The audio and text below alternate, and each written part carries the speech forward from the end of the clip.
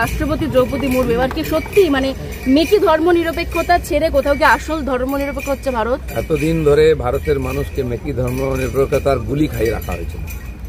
রামনবমীর যে শোভাযাত্রা বেরিয়েছে, রাস্তায় মানুষ নেমেছে, বুঝতে পেরেছেন এই সব ছেঁদো কোথায় আর বাঙালি বা ভারতীয়রা হিন্দুরা ভুলবে না। তারা এই ভারতবর্ষের মূল তত্ত্ব জীবন পদ্ধতিকে আর সনাতনী জীবনধারাকে তুলে ধরছে। কালকেও বা কিছু কিছু লোক রামনবমীকে সম্প্রীতির বার্তা দিচ্ছেন, মানে এইসব বোকামি করবেন না। হিন্দুরা অনেক সম্প্রীতি করে, রামনবমী পুরো হিন্দুদের উৎসব। রাম আমাদের রাষ্ট্রপুরুষ, তার জন্মতিথি পালন করছে, কোনো তার মধ্যে ভেজাল ঢোকাবেন না। হ্যাঁ, কেউ যদি সে হিন্দু মুসলমান খ্রিস্টান যেই হোক রামকে নিজের পূর্বপুরুষ মনে করে, রাষ্ট্রপুরুষ মনে করেন, আসুন হাঁটুন, পুজো করুন, তার সঙ্গে জয় জয়কার করুন, তার মূর্তি বানান, কিন্তু কোনো গোঁজা মিল দেবেন না। কিছু মুসলমানকে জল আর কি বলে মিষ্টি দিয়ে পাঠিয়ে দিয়ে সম্প্রীতি করা হচ্ছে, ওই সম্প্রীতির দরকার নেই। যারা এতদিন বাড়ি লুট করেছে, হিন্দুর বাড়ি লুট করে টাকা নিয়ে গিয়ে সেখান থেকে মিষ্টি খাওয়াবে, এটা হিন্দু সমাজ মানবে না।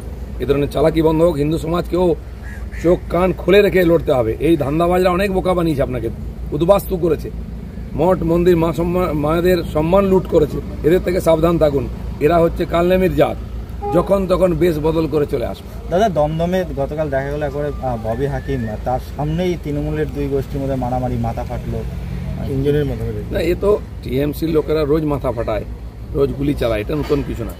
যদুবংশ শেষের দিকে যাচ্ছে, এটা বুঝতে পারছেন, অনেকে বুঝতে পেরেছেন পার্টির ভবিষ্যৎ কি।